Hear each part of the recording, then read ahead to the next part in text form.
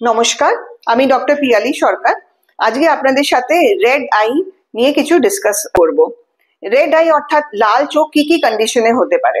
অনেক সময় চোখের ইনফেকশন, যেরকম কনজাংটিভাইটিস, ব্যাকটেরিয়াল কনজাংটিভাইটিস হতে পারে, কিংবা ভাইরাল কনজাংটিভাইটিস, কর্নিয়াল আলসার, কিংবা কর্নিয়াল অ্যাব্রেশন মানে কর্নিয়া আঁচড় লেগে গেছে, কিংবা চোখের ভেতরে কোনো স্ট্রাকচারে ইনফ্লামেশন অর্থাৎ প্রদাহ হলে, যাকে আমরা ইউভিআইটিস বলি, সেই ক্ষেত্রেও চোখ লাল হতে পারে। কিছু কিছু লিডের কন্ডিশন, যেরকম ব্লেফারাইটিস, চোখে আঞ্জনি স্টাই হয়ে গেলে, এক্ট্রোপিয়ন এন্ট্রোপিয়ন মানে চোখের পাতাটা ভেতরের দিকে ঘুরে গেছে কিংবা বাইরের দিকে ঘুরে গেছে, অথবা কোনো অ্যালার্জি থেকে, কিংবা কোনো এনভায়রনমেন্টাল ইরিটেন্ট যেরকম ধুলো, পোলেন গ্রেইনস, কেমিক্যাল ফিউম, কিংবা খুব এয়ার যদি ড্রাই থাকে, একদম পাহাড়ে যেখানে ড্রাই এয়ার থাকে, সেখানেও কিন্তু চোখ লাল হতে পারে। অনেক সময় আমরা পেশেন্টদের দেখি যাদের আই স্ট্রেন হয়, যেরকম যাদের স্ক্রিন টাইম অনেক বেশি, কম্পিউটার নিয়ে যাদের কাজ, কিংবা মোবাইল অনেক বেশি ইউজ করছে, কিংবা কন্ট্যাক্ট লেন্স যতটা অ্যালাউ করা হয় যে এই প্রত্যেকদিন এই 10 ঘন্টা কি 12 ঘন্টা কন্ট্যাক্ট লেন্স পরবেন, তার থেকে বেশি সময় জন্য কন্ট্যাক্ট লেন্স ইউজ করছে, তখন কিন্তু চোখ লাল হতে পারে। এবং কিছু কিছু আরো সিরিয়াস কন্ডিশন আছে, যেমন অ্যাকিউট অ্যাঙ্গেল ক্লোজার গ্লকোমা, এর ক্ষেত্রে চোখ লাল নিয়ে প্রেজেন্ট করে পেশেন্ট।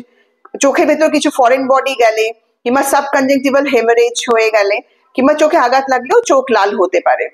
চোখ লালের সাথে অনেক সময় আমরা দেখি যে পেশেন্টের ওয়াটারিং হয়, মানে চোখ দিয়ে জল পড়ে, কিংবা ডিসচার্জ হয়, ইরিটেশন, চোখের ভেতর মনে হয় কোনো ফরেন বডি ঢুকে আছে সেরকম ফিলিং হয়, প্রচন্ড ড্রাই হয়ে যেতে পারে, অনেক সময় দৃষ্টিও কমে যেতে পারে রেডনেস অফ রেড আই এর সাথে, এবং লাইটের দিকে তাকাতে অসুবিধা হয়, অনেক সময় কালার্ড হেলোজও দেখে উইথ রেড আইস।